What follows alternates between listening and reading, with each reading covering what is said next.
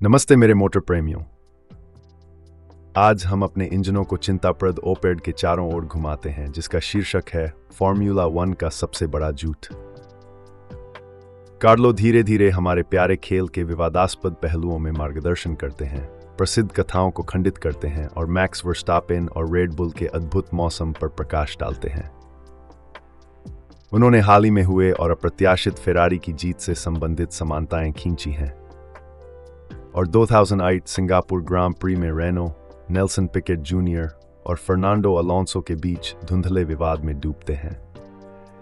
एक अनुमान के थोड़े से मसाले के साथ कार्लो ड्राइवर परिवर्तनों और बदलती स्प्रिंट रेस प्रारूप की ओर मोड़ लेते हैं।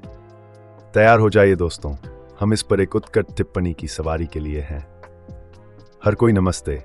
आपके भरोसेमंद गाइड फॉर्मूला 1 के मानचित्र में यहाँ एंजो है। Om maris momentata, verium scap, you have the gessen lieben Borpino for.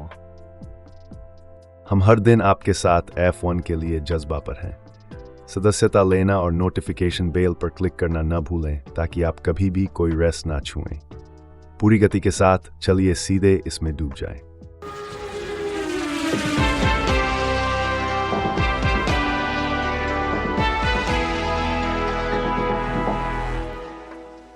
इसलिए हाल के सिंगापुर ग्रां प्री में अप्रत्याशित फेरारी जीत के बाद हम समय में पीछे जाते हैं 2008 के रोमांचक रेस की ओर। उस साल नेल्सन पिकेट जूनियर ने 15वें दौर में स्पिन किया, जिसके कारण सेफ्टी कार तैनात की गई जब ट्रैक साफ किया गया। Tossa, Craig Smat. And Sim McTietney Yan chodo and doma spin किया थी। माफी चाहता हूं, आप सही हैं। यकीनन पिकेट जूनियर का वह अपैश घटना 14वें दौर में ही हुई थी। उसे पकड़ने के लिए धन्यवाद। अब हम कहां थे? हाँ, इससे बस 2 दौर पहले अलोंसो ने रिफ्यूल करवाने के लिए रुक गए थे। ये रणनीतिक चाल उन्हें इस स्थिति का लाभ उठाने दी जब कई अन्य ड्राइवर जैसे कि निको रोजबर्ग और रॉबर्ट कुबिका को पिट स्टॉप करने के लिए मजबूर किया गया और उन्हें बाद में दंडित किया गया क्योंकि पिट लेन चालू नहीं थी। अब यहां कुछ गलतफहमियों को दूर करते हैं। पिट स्टॉप के बाद रोजबर्ग थे लीडर, उनके पीछे थे ट्रूली, फिसिकेला, कुबिका और अलोंसो। इसलिए लोकप्रिय धारणा के विपरीत अलोंसो ने सुरक्षा कार के तुरंत बाद ही नहीं लीड पर कब्जा किया। वास्तव में उन्होंने केवल 6 में से 34वें दौर में ही लीड पर कब्जा किया था। Siyache, Radthug, Juice दूसरे स्थान पर समाप्त हुए, ने 24 विचार दूसरी बाजी रुका, बस दौड़ में हेज अलोंसो ने रुका। ठीक है, अब इस विवाद के दूसरे पक्ष पर आते हैं। Nelson Piquet. पिकेट जूनियर और सीनियर दोनों का एक थोड़ा सा नाम है। नेल्सन सीनियर एक 3 बार के विश्व चैंपियन को अपने लाभ के लिए प्रेस को मैनिपुलेट करने के लिए जाना जाता है, जबकि जूनियर वे दोनों अलोंसो के पास शुरू हो रहे थे ग्रिड पर 15वें और 16वें स्थान पर। हम ये न भूलें, यही वही नेल्सन सीनियर हैं जिन्होंने मानसिक फायदे के लिए आयटन सेना और नाइजल मैनसेल के बारे में अपमानजनक टिप्पणियां की थी। वास्तव में ये एक ऐसा आदमी है जो गंदी खेलने से नहीं डरता। अब क्या ब्राजीलियंस में से किसी एक के लिए यह अधिक तार्किक नहीं होगा कि वे अलोंसो को अपनी अद्वितीय कौशल से स्पिन आउट करने और नेल्सन जूनियर को उनकी पहली रेस जीतने दें?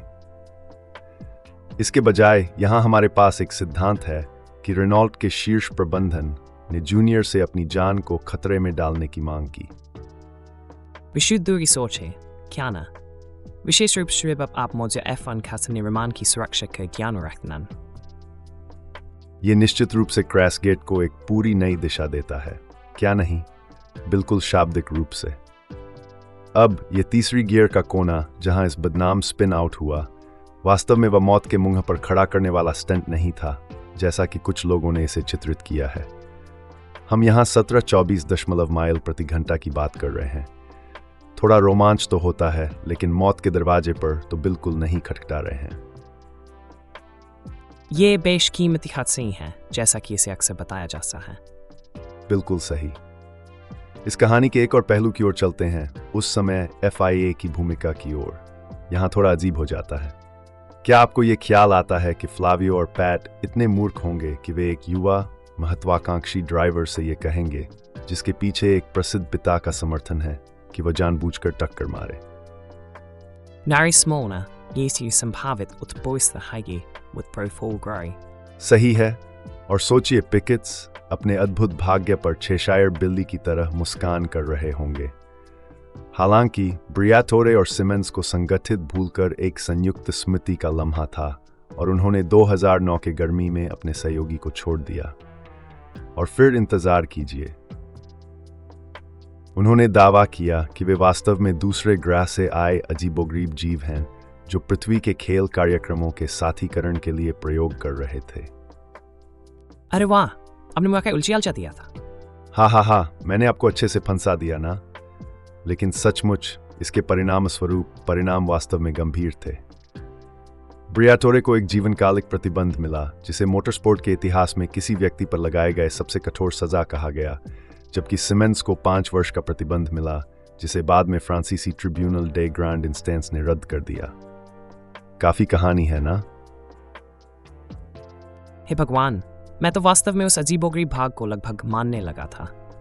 हाँ, यह कहानी बहुत दिलचस्प है। ऐसा लगता है कि सबको ये नहीं लगा कि इस सब में दुखी पिकेट जूनियर को कुछ शिकार की तरह देखा जाए। मार्टिन ब्रेंडल ने इसके बारे में कोई शंका नहीं की।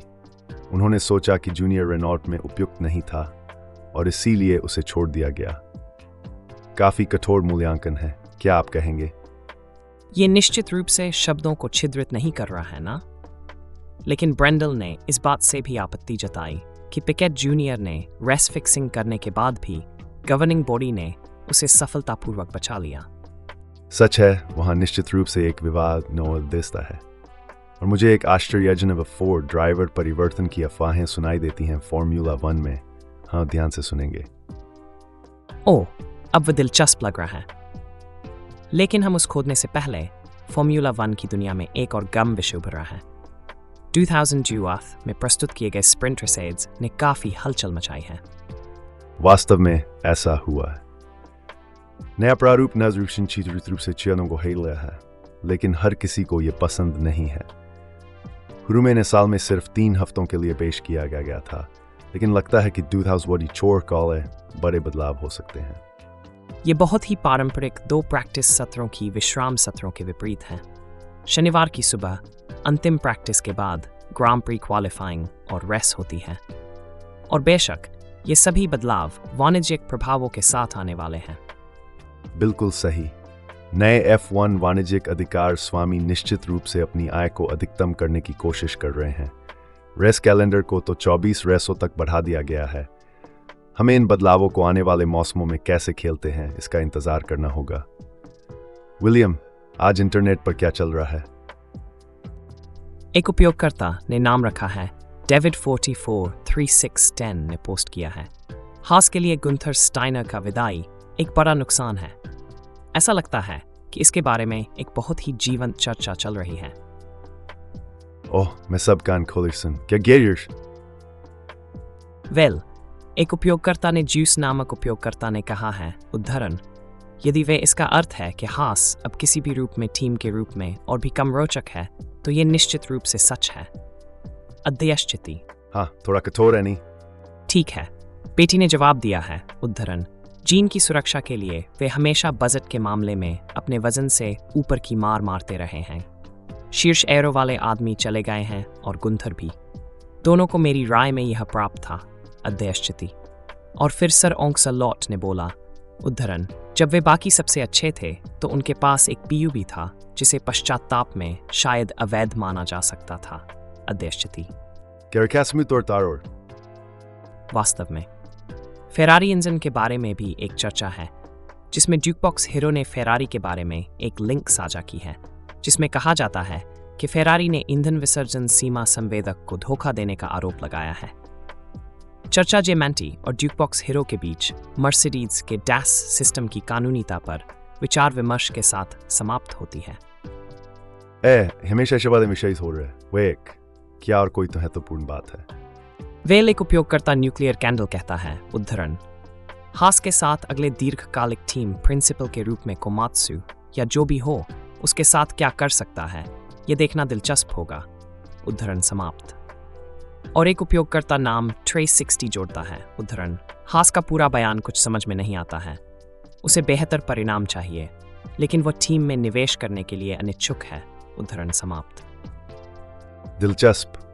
हमेशा अच्छा लगता है जानना कि प्रशंसकों के दिमाग में क्या है और यहां समोता है। आज F1 के लिए हमारे साथ जुड़ने के लिए धन्यवाद। हमने आगामी परिवर्तनों और विवादों से लेकर गुप्त जानकारी और प्रशंसकों की राय तक फॉर्मूला 1 के सभी मुद्दों पर चर्चा की है। हमें सब्सक्राइब बटन दबाएं और सूचना घंटी बजाएं ताकि आप हमारे किसी भी एपिसोड को न छू जाएं।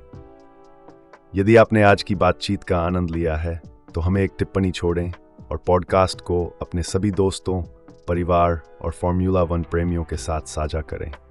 हर समर्थन बिना शो को चलाने में हमारी मदद करता है। बिल्कुल, मैं खुद इसे और अच्छी तरह से नहीं कह सकता था।